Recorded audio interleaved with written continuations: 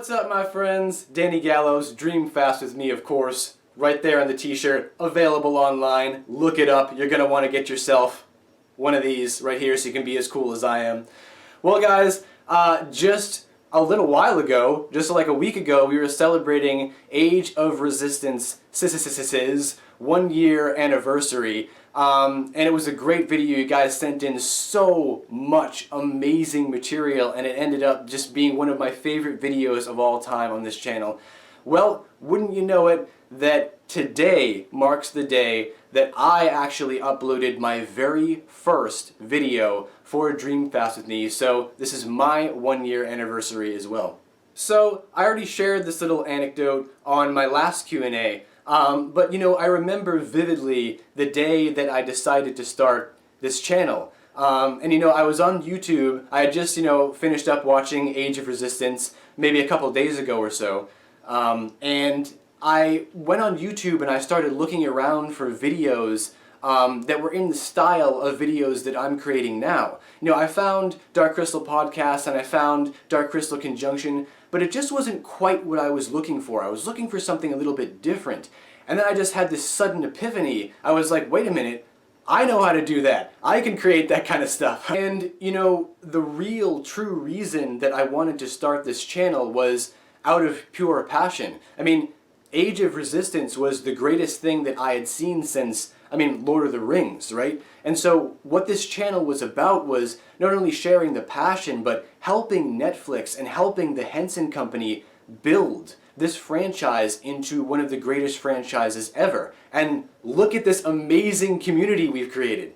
So, thank you guys so much for joining me for my 1 year anniversary, and we're going to be celebrating the beauty of the Dark Crystal with another Q&A and my very first giveaway on this channel. Now, details on the giveaway will be at the end of this video, so stick around for that. But for now, let's get started with this glorious Q&A. Alright, so let's get started today with our very first question, and that is coming from Alexandria Sabalos. And they ask, what is my take on why Skek chose to side with the slave master and the scientist? That's a great question. I love talking about all the Skeksis' political alliances because they can have some very, very interesting elements to them. With the slave master, I would say that's kind of an easy answer because look at the slave master. Look at him. And Skek as well, right? Like, they're the most brutish, aggressive Skeksis ever. They love torment and pain and death. So of course they would want to be political alliances and friends. Again, it's the Skeksis who seem to all get along with each other, that seem to all be friends in the end and form these political alliances, the Skeksis that are most alike. And interestingly, if you guys didn't know, Skek was actually going to promote the slave master to a brand new position called the Patriarch. He just never got a chance to do so. But that new position of Patriarch actually would have made the slave master more powerful than both the Chamberlain and the Ritual Master. Think about that for a second. Now, when it comes to the scientist, that's, I would say that it's mostly because of the scientist's connection to all of the new scientific developments going on at the castle. I mean, anybody that steps into the Emperor's role is going to want to have a close relationship with the scientist because he's working on essence. He's working on his manipulation of the crystal. So anybody in a leading role in the castle is going to want to maintain a close, or at least try to maintain a very close relationship to the scientist. So that's why I think that Skek had those two particular political alliances. It was only to strengthen himself, really. Our next question today is coming from Roadman, and they ask, I seem confident in Season 2, Age of Resistance Season 2, obviously, but we haven't heard any official news yet. Do I think that it's still coming? And if it is still coming, how many seasons of Age of Resistance do I think there are going to be? And I'll try to answer this as simply as I can because this is something that I could go on and on about, like most questions here. But basically, yes, I am still confident that they're going to make a Season 2. What I am not confident on anymore, what I've lost confidence in, is what date we're going to see Age of Resistance Season 2, because think about all of the important dates that have passed already. we just had the 1 year anniversary, and there's still like nothing, there's no kind of a confirmation whatsoever. So what I've lost confidence in is when we're going to hear that we're going to get a season 2. And there's 2 points here to take into consideration too about season 2. Why I haven't lost confidence that I think there's going to be a season 2 is there's 2 points there. One is that, they left it on a cliffhanger. I mean, how are you going to leave the show on a cliffhanger? It's a literal cliffhanger. It's like the definition of a cliffhanger, right? Like, how are you going to leave a show on a cliffhanger and just never do a second season? Of course they're going to do Age of Resistance season 2. It just may take a long time to get there. And the other point is that Netflix really doesn't do TV series that just have 1 season. All Netflix original TV series have multiple seasons. So it would just, to me anyway, it would just be strange for them to do 1 season of Age of Resistance and then just leave it there, without any kind of continuation. It's like, yep, we just got 1 season of Dark Crystal. Like, no, of course that's not going to happen. So it's definitely coming down the line. We just don't know when yet. And how many seasons do I think there are going to be of Age of Resistance? I think they can push it out for at least 2 more seasons. They could really draw out many different storylines that happen in between the show and the movie. There could be multiple things going on, all kinds of ideas, so they could stretch it out for 4. I think maybe 5 seasons is pushing it. That's being really, really optimistic. But if you want a number from me, I would say at least 3 seasons they could go with Age of Resistance. Alright, next question up today. Actually, it's 2 questions coming from Lisa Dooley. And they ask, first, who is my favorite character? I'm just going to assume you mean who is my favorite character, like all-time favorite character across the board, across Age of Resistance, and the Dark Crystal movie as well. And that is always Skek. Skek is my all-time above everybody else character in the universe of the Dark Crystal. I mean, and I've explained all that in the Skek video. If you haven't seen my Skek bio yet, please check it out. All the reasons I love him are in that video. But very basically, Skek is the wall in the Crystal Castle that everybody wishes could talk. I mean, how much he has seen and how much he's kept quiet about. The secret, the mystery around him. He's just such a wonderful character. I love everything about Skek, and I know you guys do too. But if you're looking for Age of Resistance specifically, who's my favorite character in Age of Resistance, definitely Brea. And I've talked to you guys a lot about why I love Brea. It's just her, she values truth and intelligence above everything else, even if it means going against the Skeksis. And she's such a strong, powerful character because of that, and I absolutely love her in Age of Resistance. Definitely #1 favorite character in Age of Resistance for sure. And then the second question here, what do I think of Toland's betrayal? If you guys don't remember Toland from the series, Toland is the Gelfling guard. I believe he's Sprighton. I believe he's a Sprighton guard. The Gelfling guard that rats to everybody about the rebellion when the Gelfling resistance, the rebellion is forming in the castle. He's the one that goes and rats to the Skeksis. And they're asking here what I think about Toland's betrayal.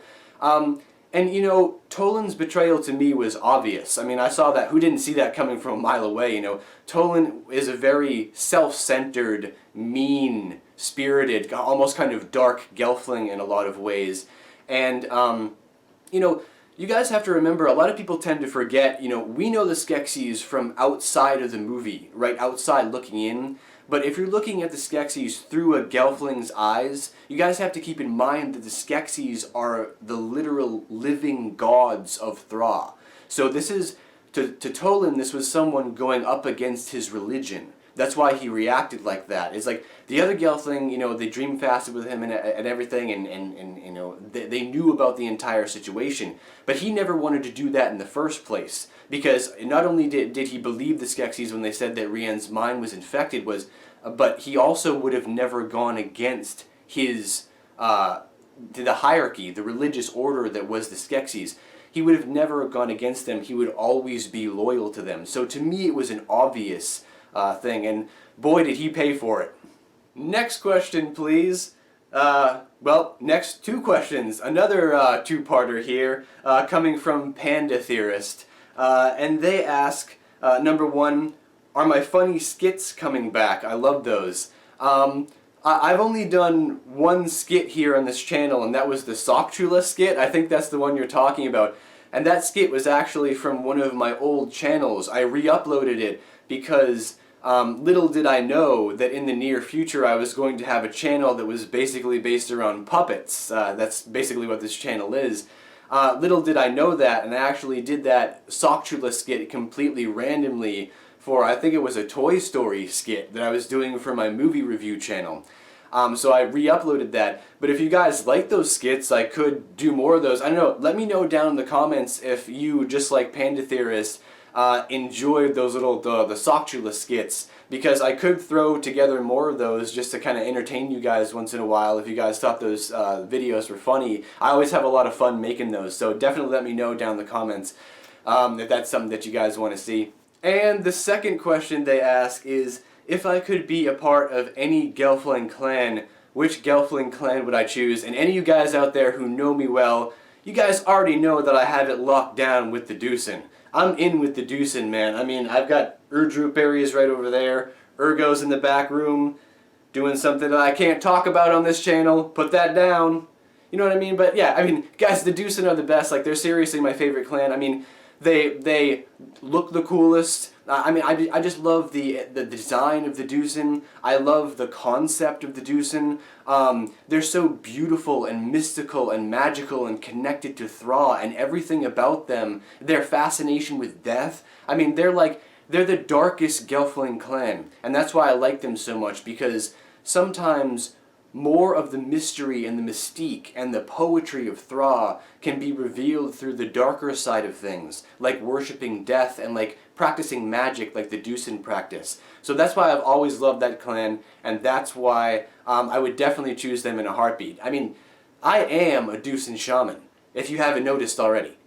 Alright, next question up today is coming from Ab Peters. I always get confused by that name because I think it's Abe Peters, but it's Ab Peters. Or at least I think it is. Please don't hate me. That's how I have it written down, so there it is. Anyway, they ask, what do I think of a thraw-based D&D campaign? That is a fantastic question, and it's funny you mentioned that too, because any of you guys who follow me on social media know that I just kind of like recently got into D&D at the beginning of the year. I'm a really, really late bloomer to D&D. Obviously, I mean, I grew up in the 80s and 90s. I've always known about D&D, but I never really got into it. Like, I never really watched any games. And I'm sure a lot of you guys out there follow D&D's YouTube channel. They have an entire YouTube channel, actually a couple of them, just dedicated to everything Dungeons & Dragons. And I think a Thraw campaign would be absolutely amazing. It's the perfect setting. It's the perfect world. They have their own mythology. I mean, it's just like everything about it can be utilized so well for a D&D campaign, and there's so much for a dungeon master to do with the entire universe of Thraw. Like I said, there's so many characters, there's so many creatures and animals and elements to the world of Thraw, so it would be perfect for a campaign. And maybe we should get something going, guys. Like, maybe we should all like collectively tweet at Dungeons & Dragons and try to get them to do a campaign, maybe hosted by us YouTube channels or something like that. That would be really, really cool to do. So yeah, get to typing, guys. That would be a fantastic idea. So our next question up is coming from Mango Juice. I have some mango juice in the refrigerator right now, some mango and pineapple juice. How'd you know that? And they ask, how did I get into the Dark Crystal? Yeah, I'm asked this question a lot. Obviously, you know, I have a Dark Crystal channel, so everybody wants to know, how did I actually get into the Dark Crystal? And I told the extended story of this on the last Q&A I did, so I'll give you guys basically just a recap. Dark Crystal was just the next movie in a line of very watched dark children's fantasy movies that I used to rent all the time. I grew up in the 80s and 90s. You guys can see in the background behind me all this great 80s and 90s nostalgia. And we used to have these things called VHS stores that we used to go rent movies at before we could just get them online so easily, or find other ways to do it. Anyway, but yeah, when, you know, every weekend me and my mother would have kind of like a pizza party. Like, that's what we would do on the weekends. We would go get a pizza and we would rent a movie at the connected VHS store. There was a VHS store connected to the pizza shop. So many great memories. But anyway, yeah, we would just rent stuff like, you know, Neverending Story, Star Wars, Fern Gully, right? The list goes on and on and on. All this great dark children's fantasy, Secret of Nim. You know, here I go on my dark children's fantasy, but I'll stop myself. But yeah, and Dark Crystal was just the next movie in the lineup that I saw. And I just remember being so impacted by the film because it was so real. You know, most things you see like Fern Gully or The Secret of Nim, they were animated. So you get used to that kind of animation style. Even if it's something super, super dark like Watership Down or something like that, you get used to and comfortable with that animation style. But when I saw The Dark Crystal, and everything was being performed with puppets, the puppets were so real. It was so visceral. You know, it was like being awake during a nightmare. It was like watching a nightmare going on before my eyes. And I just remember being so affected and impacted by it. It was one of those movies that always stayed with me into my adult years. And then when Age of Resistance came out, I just went crazy. I mean, I remember seeing that trailer for the first time and just knowing that the show was going to be good. And then we saw it and experienced it. And it was one of the best things in the world. It still is to this day. Obviously, it's only been 1 year, so it's still relatively fresh for us. But yeah, I mean, Dark Crystal is one of the greatest franchises on the planet. And I want to see it built up as such. I really do. Alright, next question up today is coming from, oh look, Skek the Scroll Keeper. What's up, Skek the Scroll Keeper? I love you, man. If you guys remember, Skek was the guy who made that really cool animation for Age of Resistance 1 year, the Age of Resistance 1 year anniversary video that we just made. That really cool Skek animation. I loved that. That was one of the best parts of the video. Thank you so much for making that, man. I really appreciate that. That was so awesome. And they ask, did I ever love a show as much as The Dark Crystal? Wow, what a great follow-up question to the last one I just answered. And the simple answer for that would be no. But for real, you know, I mean, I grew up with Star Wars and Lord of the Rings. Those are my two big franchises. But I would say that Dark Crystal is immediately after that. Like, it would go, like, I mean, I don't know. I go back and forth between Star Wars and Lord of the Rings all the time. It's just that I experienced Star Wars first, so I always tend to put Star Wars first. But I was very heavily impacted by Lord of the Rings. So it's kind of like, you know, Star Wars, Lord of the Rings, and then Dark Crystal right there. That's like my top three. Those are like my top three movie franchises of all time. And if you're asking, did Netflix ever create anything as great as Age of Resistance? That's a hard no. Of course they didn't. No, Age of Resistance is by far the best thing that Netflix has ever created in the history of Netflix. And that's why we so desperately need a season 2. Come on, Netflix. Hello. And the second question they ask is, do I think that Skek the Scroll Keeper will have a more important or a larger role in Age of Resistance Season 2? And, I mean, don't hate me for saying this, man. Please don't hate me, but no, I don't think so. Or I should say this, I think that he'll get as much exposure as we saw in Age of Resistance Season 1, but it won't be that he's a more important character, I think, unless they decide to do something more with, like, the libraries and mythology and literature and stuff like that. He could have a slightly bigger role, but I think it's going to be mostly the same. And the reason for that is you guys have to remember that going into Season 2, we have all the other Skeksis to introduce. I mean, you know, we're going to see Skek the Garth Master, we're going to see Skek we're going to see Skek hopefully, but I mean, like, think about a character like Skek right? I mean, we're going to be out with her, hopefully, on the ocean with the Sifa clan, pirates, ocean, sea monsters, pirate lifestyle, the Sifan coast, that whole thing going on, that whole atmosphere, and really mythology and history going on with Skek. I want to see that. I want to see that built up in the show. That could take half of Season 2. And this, you know, going back to the earlier question, when you guys asked me, you know, how many seasons do I think that AOR could go for? This is what I'm talking about, right? Skek the Mariner could take up half of Season 2. And then you still have all the stuff with Skekung and the Gartham Master and the Slave Master and Skek Shot and all these characters, all these other Skeksis that we haven't seen yet. That's how you take up time with Age of Resistance. That's how you could extend it into 5 seasons, is you put a focal point on all of these extended storylines going on with each of the Skeksis. You see? Like, they could just open up that entire world right there. We could get a whole slew of information.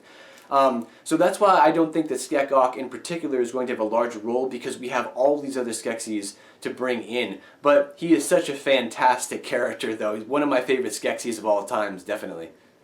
Oh, and look at this. Our next question today is coming from Skek Best Ect. Wow, say that 5 times fast. But yes, Skek Ect, how nice of you to join us here today for this Q&A as well. And they ask, did Skekmal leave the castle on his own, or was he banished from the castle? No, Skekmal was not banished from the castle. Skekmal basically was tired of the politics of the castle. He didn't want to deal with, he hated all the Skeksis just sitting around, rotting away, arguing about politics all the time. He didn't care about politics. He didn't care about all that stuff that was going on with the castle, sitting around and just being an overlord, stuffing your face at the dinner table and ordering podlings around. No, man. Skekmal wanted to go out in the woods. He wanted to stay on the hunt. He wanted to stay fit. He wanted to stay virile. He wanted to stay the most active and most powerful Skeksis of them all. And he knew that the only way to do that was to remain on the hunt. You have to stay on the hunt. You got to live out in the woods. You got to be a woodsman. You got to go fight bears for a while. You know what I mean? That's how you stay young and fresh. It's not drawing power from the crystal and drinking essence. It's almost, there is some level of intelligence there to Skekmal when you think about it. He saw this behavior going on at the castle. He was like, these fools sitting around stuffing their faces at the dinner table, kicking podlings around, thinking that every other being is inferior to them, when in reality they're some of the most inferior beings on the planet.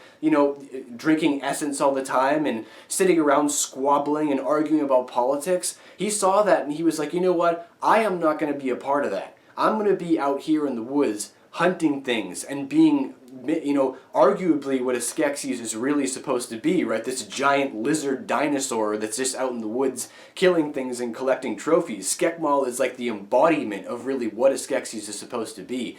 So yeah, it was his own choice to leave the castle, and it turned out to be a great choice because he can still run. Or at least he could still run. I miss you, man. Alright, so our very last question coming up today is from K-Pop Anime 14, and they ask, what do I think of the future of the series with everything going on in the world right now? Very appropriate question to end on right now. And I would just say that, in terms of puppets, it's probably going to be a while until we do puppets again. Lisa Henson was just recently interviewed talking about that, and what she was discussing was that, it's much harder to film Age of Resistance because we're talking about sanitizing hundreds of puppets and having puppeteers all crammed together in cramped spaces, working very closely with each other. So it'll be at least, claws crossed, it'll be at least a few more months before they can even think about going back in and filming, but it might be even longer because they have that very specific element of working with puppets. So it could be a very long time until we get back into the studio with puppets. But, touching on the Lisa Henson interview, something interesting that she said in that interview was that she wasn't exactly sure if they were going to pick up with Season 2 immediately. And what that means, to me anyway, is that they might be exploring other properties. Lisa basically said that she was open to the idea of, while they were waiting for Season 2, while they're waiting to get underway with Age of Resistance Season 2 again, that she might be open to the idea of exploring other storylines. And what that got me thinking about was, I know everybody hates the idea of doing Dark Crystal animated, but I think they just hate the idea of like that Star Wars, Clone Wars, and Rebels kind of animation. Nothing against Star Wars, Clone Wars, or Rebels. I'm just saying that people don't want to see that kind of, that 3D bubbly style animation in the Dark Crystal universe. That's what was turning people off. But I had this great idea. if they're going to start exploring other directions and other mediums, wouldn't it be awesome to see something like, I mean, imagine if they did like the creation myths, right? Have the creation myths done in like a traditional Japanese style animation. Like, imagine the creation myths done as an entire TV series, but it's done in the medium of like a Studio Ghibli style anime. That would be amazing. And if they're talking about exploring things like that, that would be a perfect TV show, a perfect element to tie us over until they started to do Age of Resistance Season 2 again. Go back and do something like the creation myths. Do something maybe forward in time like the Firelings or something like that, right? Do something in the style of like traditional Japanese style anime, real anime. That would be a great medium to tell Dark Crystal in, and I would be totally open to that idea. So let me know what you guys think about that down below in the Great White Void. Would you guys be interested in seeing like a Studio Ghibli style creation myth story or something like that? Because that sounds fantastic to me. So now it's finally time to get to that giveaway portion of the video. I know everybody wants to get to that. So let's talk about it. So this is how the giveaway is going to work. Really, really simple. If you want to enter the giveaway, all you have to do is just leave a comment down below in the Great White Void, and I'm going to be selecting a random comment as the winner. Now, in terms of the prizes that I'm going to be giving away, I'm going to be giving away a Hup Pop figure, a copy of the Dark Crystal novelization, and also a Dark Crystal t-shirt. And I'm just going to be sending that to you guys basically through Amazon, you know. And that's something to consider, you know, before entering the contest. You might want to consider, do you guys have these things already, or do you want them in the first place? Because I know there's probably a lot of new Dark Crystal fans out there that don't have a lot of Dark Crystal material. So if these aren't prizes that you necessarily want, maybe think about stepping back and letting someone else in there to win the prizes. But if those are prizes that you guys are interested in, again, all you gotta do, just leave a comment down below in the Great White Void, and you might get selected. And how this is going to work is I'm going to be choosing a winner on Jim Henson's birthday. If you guys didn't know, Jim's birthday is coming up on September 24th. So I'm going to be announcing a winner on that date. So you guys have until that date, well basically I'd say until the 23rd, the day before, to leave a comment on that video to make sure that you can get it in. And yeah, like I said, I'll be selecting one random comment, so you never know, guys. You might be the one that gets selected. And you also get bragging rights, by the way, of being the very first winner of my very first giveaway, because this is the very first giveaway that I've ever done on this channel, so you will get bragging rights as being the very first person if you win this. So that's something else to consider. But yeah, guys, get your comments in by September 23rd. We're going to be doing another special video, plus announcing obviously the winners of the giveaway on September 24th. So look forward to that. Well, my friends, that's going to do it for today's video. And obviously, I just want to take this time to thank you guys once again for joining me for this video and participating in it, and participating in the channel Dreamfast with me. Just in general, I mean, I think we're almost at 9,000 subscribers right now. We're going to be on our way to 10,000 subscribers pretty soon, and that is unreal to me.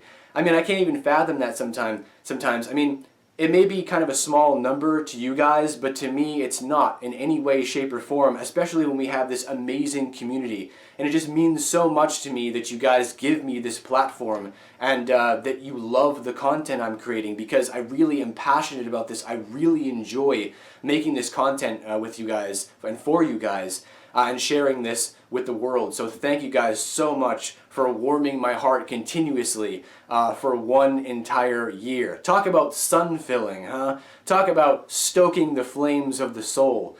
You guys are beautiful people, the beautiful citizens of Thra, and thank you guys so much for building this channel into what it is. Because I mean, you know, it's not me. I'm here for you guys. You know, you guys are the ones that have built this community into what it is. You know, without you guys, I'd be sitting here talking to no one. Actually, I am sitting here talking to no one right now, but that's beside the point. Anyway, you guys are so amazing. A lot of you guys know I got a brand new series going on right now, 7 Things You Didn't Know About the 7 Gelfling Clans. After that, I'm going to be touching on the 7 Gelfling Magics, and I got a video on the creatures of Thra. So many great things coming up, so many ideas to get through. I'm going to have a lot of more kind of like podcast style discussion videos coming up, so lots of good stuff coming down the line. But before I ramble on for too long, again, thank you guys so much from the bottom of my heart. It means so much to me what you guys do for me and for this channel. And I'll see you guys back here for the next video very soon. Stay safe, stay well, for Thraw, for Jim. Safe hand on that one.